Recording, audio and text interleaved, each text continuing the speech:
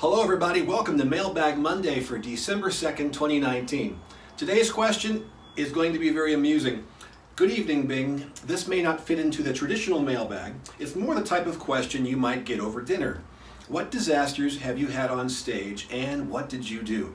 Not the I forgot the tune or lyrics type, more the equipment side, broken strings, lost left at home equipment, batteries dying. Did you replace the string on stage, borrow from someone, pull out a second dulcimer? See, there's a reason to have more than one.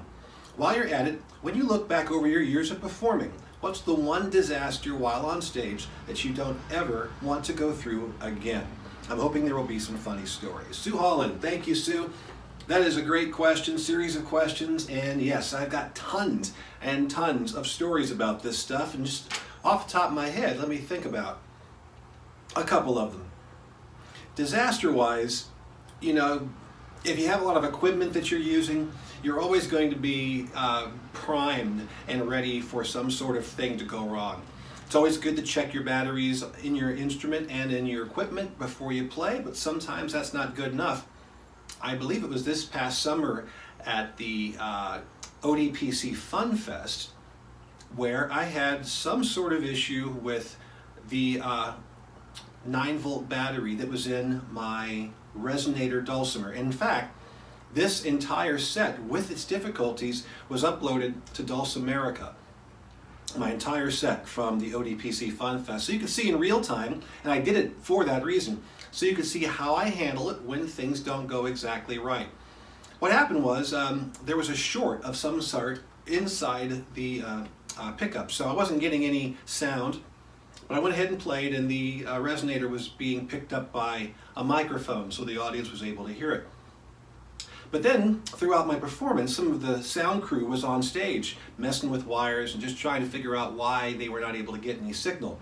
So I went to check the battery just to make sure, and it was red hot. I mean, like you could have cooked a potato on this thing. And so that was part of the short. That was going on there, was causing that battery to warm up, and it could have exploded, so I'm glad that we jumped on that right away. If I'd been playing someplace else, I might not have even thought about it. So I went ahead and swapped out a dulcimer at that point and then continued on playing. So that wasn't too bad, but there are some other little things back and forth that were going down throughout that. Very, very mellow example right there. Let me think of something that's not quite so mellow. Okay, and this is, I know what the reason for this is now, but I was playing at the Town Pump Tavern in Black Mountain, North Carolina, and that night, everything that was electronic had some sort of an issue. The volume would spike, it would suddenly leap up really loudly, and then the volume would go down, whisper quiet, and I was fighting with that all during the deal. And I started getting pops and sounds through my Bose L1 amplifier. Still couldn't figure out what was going on. I'd step on pedals, they wouldn't work, and then later on they'd start working by themselves. It was one of those strange close encounters kind of shows where just everything seems so bizarre. But I know why. I know why. Because the bartender who was working that night said, "Oh, you're going to love playing this stage. There are ley lines that intersect right at the foot of the stage." Ley lines, for those of you not familiar with them, are natural lines of energy that go throughout the planet.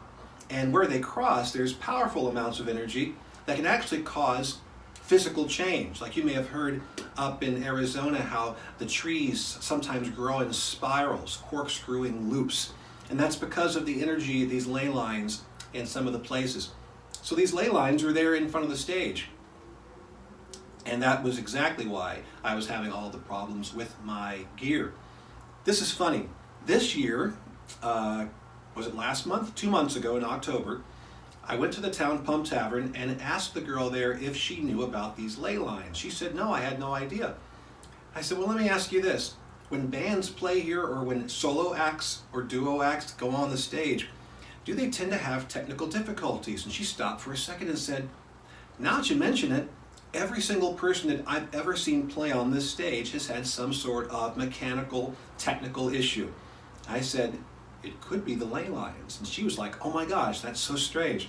It could be ley lines, it could be the power of the place you're working, dirty power. I've had amps just simply not work, and then I take them to a different place and they work just fine. So it can be real sketchy when you have a lot of technical stuff going on.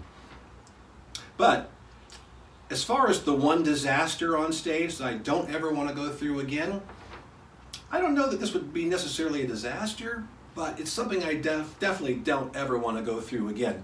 In Florida, I play a lot of outdoor shows, and I play these shows in the spring, through the summer, and in the early fall. All of which, except for spring, is during hurricane season, meaning there's lots and lots of rain that comes in very quickly and then leaves very quickly. So I was playing at the Riverside Resort in Homosassa and keeping my eye on the Doppler because there had been some reports maybe there was going to be some rain happening.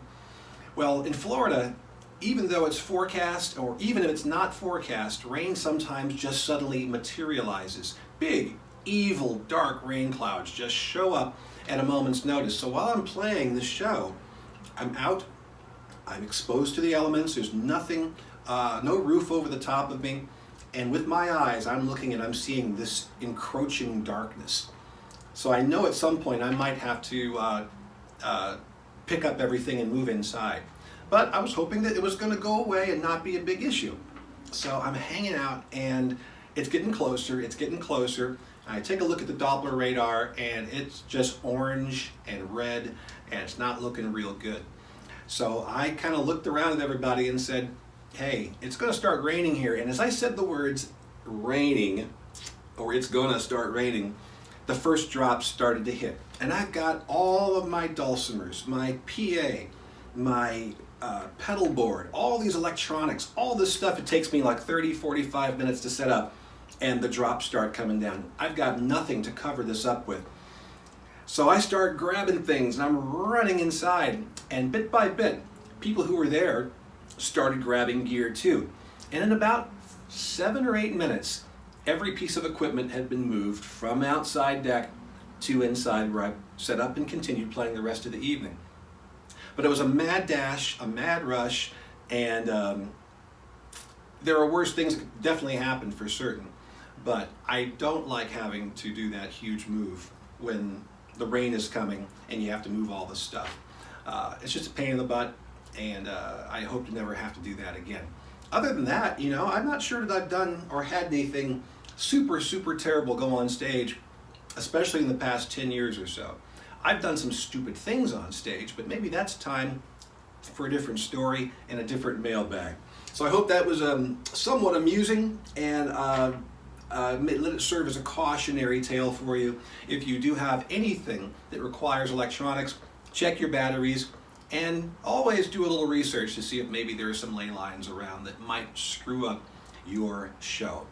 Thanks again for the question, Sue, and make sure you send your Mailbag Monday requests to bingfutch@yahoo.com. I'll be back next week with more Mailbag Monday and some new studio action as well. Thanks, everybody. See you soon.